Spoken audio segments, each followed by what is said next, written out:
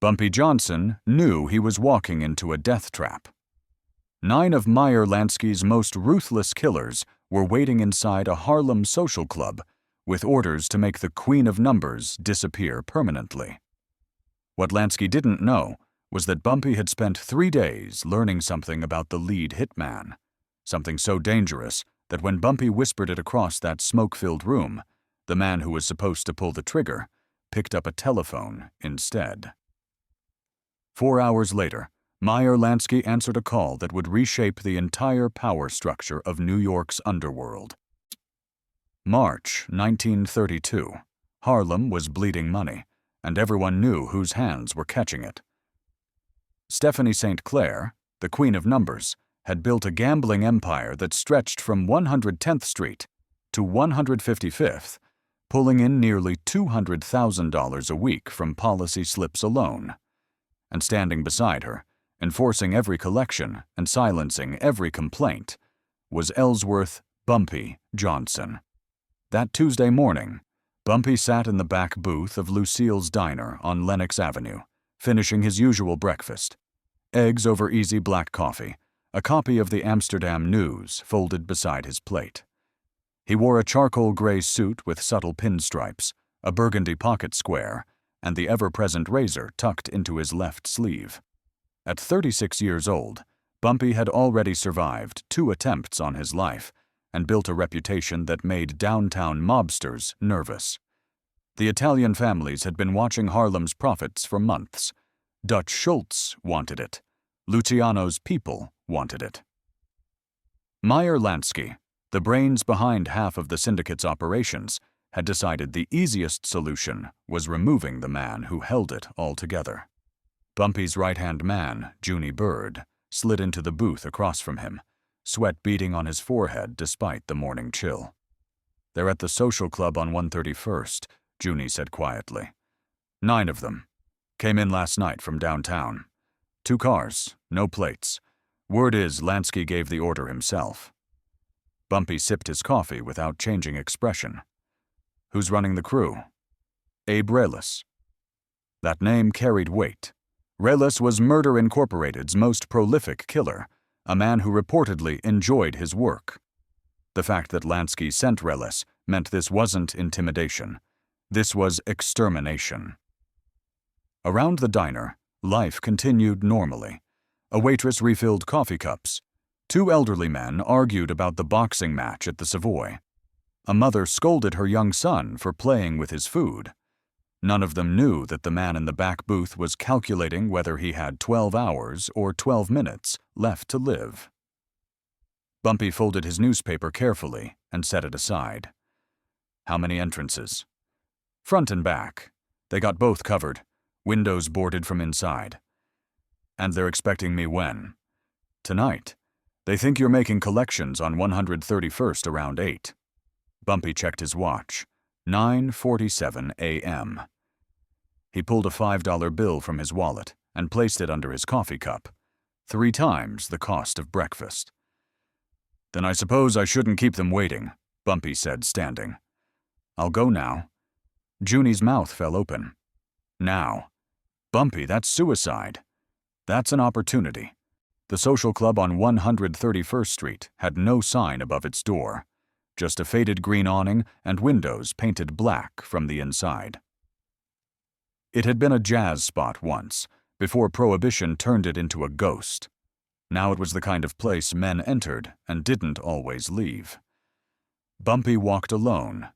No Junie, no backup, just a man in a gray suit strolling through Harlem like he was heading to Sunday service. The morning sun cast long shadows down the block, and the few people out at this hour instinctively crossed to the other side of the street when they saw where he was heading. He stopped at the green door and knocked 3 times. Slow, deliberate. Silence. Then shuffling behind the wood. A slot slid open, revealing a pair of cold eyes. "We're closed." "Tell Abe Reles that Bumpy Johnson is here to save his life." The slot snapped shut. Bumpy heard muffled arguing inside, angry whispers, the click of guns being readied. 30 seconds passed. A minute. Then the door swung open, and a thick hand grabbed Bumpy by the collar, dragging him inside. The room stank of cigarette smoke and old whiskey. 9 men stood in a loose semicircle, positioned between overturned tables and chairs pushed against walls. Every one of them held a weapon: pistols, a shotgun, one man gripping a baseball bat wrapped in barbed wire.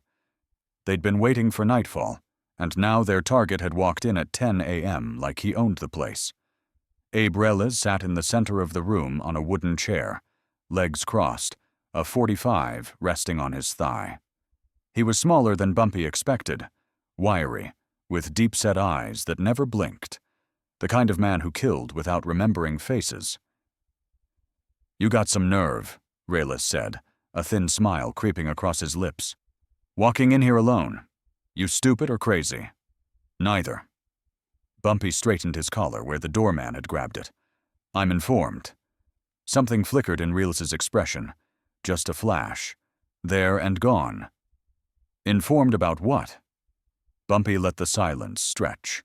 He looked around the room slowly, making eye contact with each man, counting weapons, noting positions. These were killers, professionals, men who'd spilled blood from Brooklyn to the Bronx.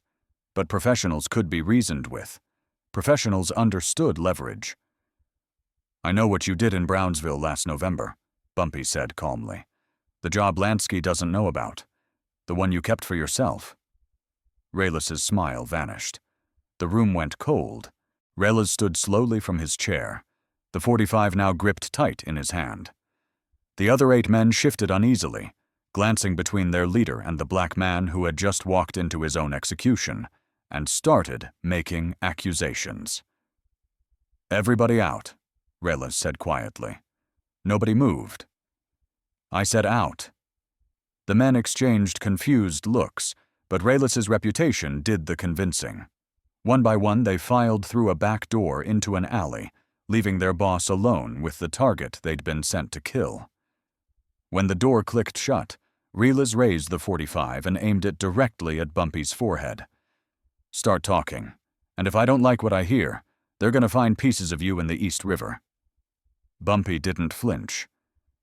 "November 19th, Brownsville.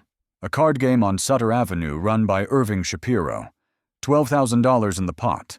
You and 2 others hid it wearing masks. Killed everyone inside. Except you weren't supposed to be there. You were supposed to be in Manhattan handling a job for Lansky." Reles's jaw tightened. "Shapiro was connected to Louis Lepke. If Lepke finds out you robbed his game and killed his people..." Bumpy let the implication hang in the smoky air. "You're not just dead, Abe. You're erased. Your family, too. Lepke doesn't leave loose ends." "Who told you this?" "Doesn't matter.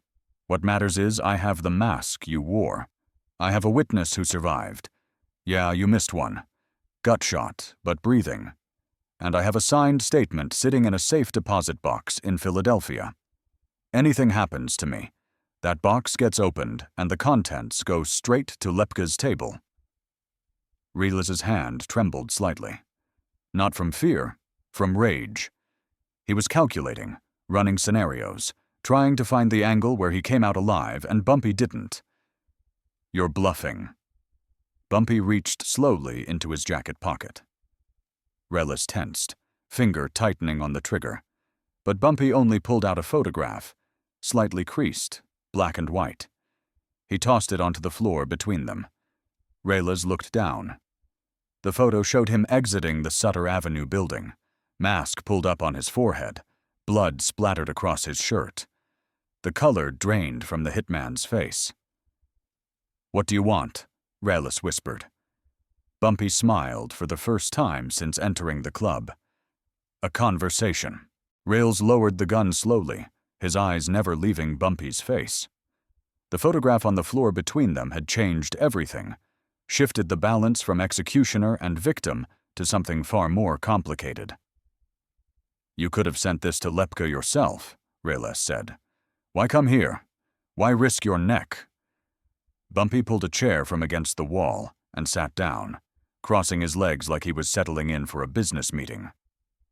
"Because a dead Abe Reles does nothing for me. A living one, though. A living one with connections to Lansky, to Luciano, to the commission itself. That's worth something. You want protection. I want partnership. Reles laughed bitterly. You're out of your mind.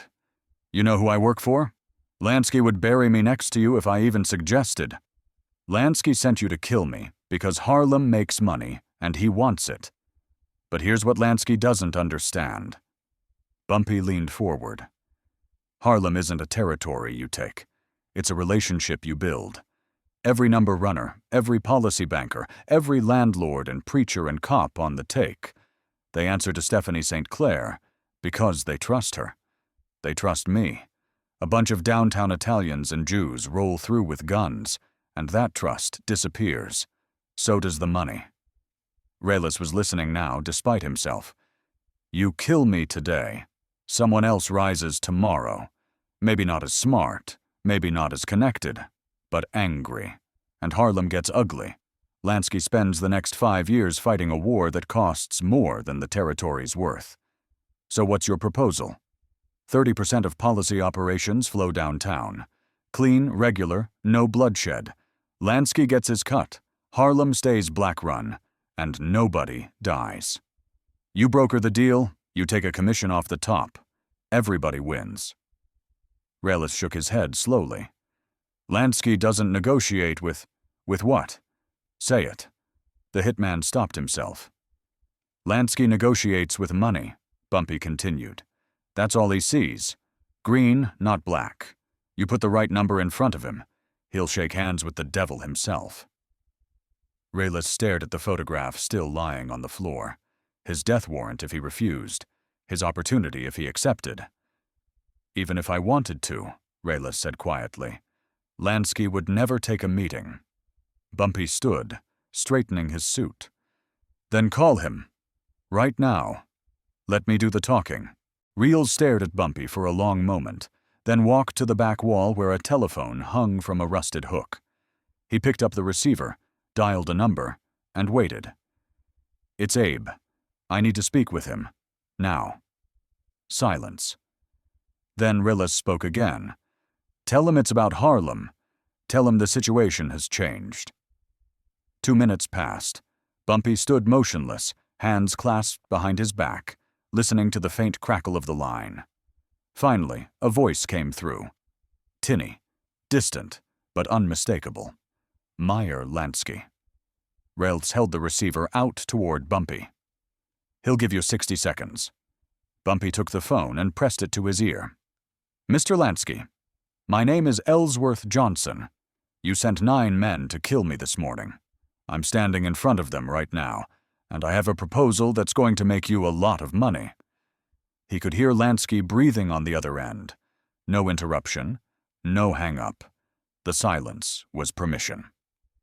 Harlem policy brings in $800,000 a year. You try to take it by force, you'll burn through twice that fighting a war you can't win. But give me operational control. Let Harlem stay Harlem, and I'll deliver 30% of gross revenue directly to your people. Weekly. Guaranteed.